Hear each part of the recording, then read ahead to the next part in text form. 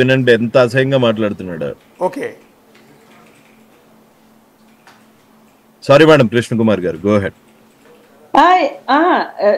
ఇప్పుడు అలీ వైఫ్ చనిపోవాలి, ఆ వీడియోలు చేసినందుకు అల్లా అంటూ ఉంటే జరగాలి అంటున్నాడు. అవును.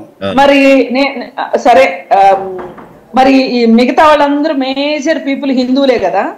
అవును. మరి హిందూ దేవుళ్ళు ఉంటే వీళ్ళు వీళ్ళల్లో కూడా చచ్చిపోవాలని అనాలి కదా. వాళ్ళు చాలా తెలివిగా అవును మెజారిటీ పీపుల్ జోలికి వెళ్ళకోకుండా అవును మైనారిటీ పీపుల్ ప్లస్ ఒకటి, రెండోది తన వృత్తికి సంబంధించిన రైవలరీ ప్రకారం అతను అంటే చాలా సెలెక్టెడ్ గోల్స్ తోనే వెళ్తున్నాడండి.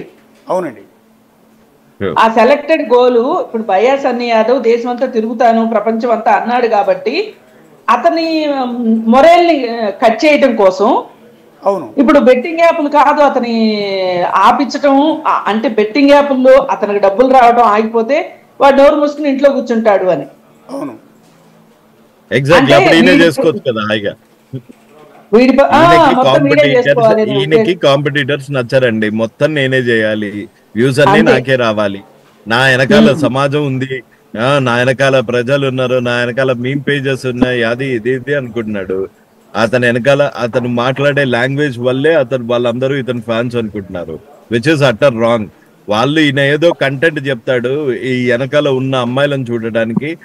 సొసైటీలో డెఫినెట్ గా దెర్ ఈస్ ఇట్లాంటి దానికి ఈజీగా అట్రాక్ట్ అయ్యే యూత్ చాలా మంది ఉంటారు. ఆబ్వియస్ గా పక్కన ఒక అమ్మాయిని. రవి గారు, ఇప్పుడు ఇందాక 5 గంటలకి ఏదో బ్లాస్టింగ్ న్యూస్ పోస్ట్ చేస్తున్నానంటే ఏదైనా చెప్తాడేమో అనుకుని ఓపెన్ చేస్తే అతను వాడిన వీడియోలో అతను వాడిన భాష, అతను చెప్పిన అంశం, ఆ అన్వేష్ అనేవాడి తల్లి ఉంటుంది కదా, అతని కన్నా తల్లి, ఆవిడ గనక చూస్తే నిజంగా పాపం కింద పడిపోతారండి, ఏడుస్తారండి. ఇండియాకి రాడండి, మొన్నే ఒక 4 months బ్యాక్ బ్యాంకాక్ లో కలిసాడు అన్నమాట. బ్యాంకాక్ ఇప్పుడు ఇండియాకి రావాలంటే భయం. ఒక 2-3 అమ్మాయిలు తన మీద ఆల్రెడీ కేసెస్ పెట్టారు, చాలా పెండింగ్ కేసెస్ ఉన్నాయి, ఎఫ్ఐఆర్స్ ఉన్నాయి, పెండింగ్ కేసెస్ ఉన్నాయి. సో ఇండియా రాడు, నేను రాను ఇండియా. వాళ్ళ తమ్ముడు పెళ్లి ఉంది ఇప్పుడు, నేను ఇండియాకి రాను అని క్లియర్ గా చెప్తున్నాడు. కాకపోతే మనోడు అక్కడే ఉంటాడు, ఏది బయటే తిరుగుతాడు, ఇండియాకి రాడు. ఇండియాకి వస్తే ఈ కేసెస్ కన్నిటికి ప్రాసిక్యూషన్ ఎదుర్కోవాలని భయం. సో అందుకని అక్కడ ఉండి ఇప్పుడు వర్చువల్ లో తిడితే ఏం చేస్తామండి? ఇప్పుడు నన్ను తిట్టాడు, ఏం చేయగలుగుతాను నేను? అతను ఉన్న కంట్రీకి వెళ్ళి ధైర్యం. ఇప్పుడు హర్షసాయి తిడతాడు కాదండి, హర్షసాయి బెట్టింగ్ యాప్లు ప్రమోట్ చేశాడని తిడతాడు, దాన్ని కించపరుస్తాడు, ఓకే, తప్పేం లేదు. అతను ఆల్రెడీ బెట్టింగ్ యాప్ను ప్రమోట్ చేశాడు కాబట్టి అతను విమర్శించినా కూడా అది హర్షసాయి తీసుకుంటాడు. కానీ అదే హర్షసాయితో ఇతను సాయంత్రం ఫోన్ చేసి సరసాలాడతాడు.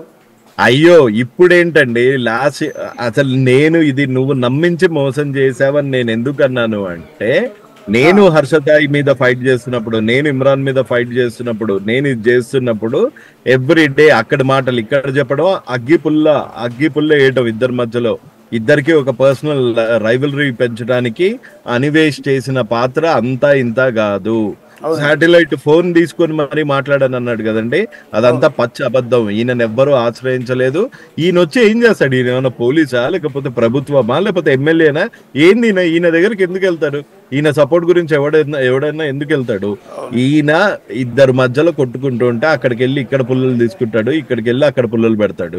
ఇద్దరికి మధ్యలో పుల్లలు పెట్టడమే ఇతని ఎందుకంటే వాళ్ళిద్దరూ నాశనం అయిపోతే ఈయన నెంబర్ 1 అయిపోవచ్చు కదా. అవును, అంతే. ఈయన మెయిన్ ఎజెండా అదే. ఇప్పుడు అల్టిమేట్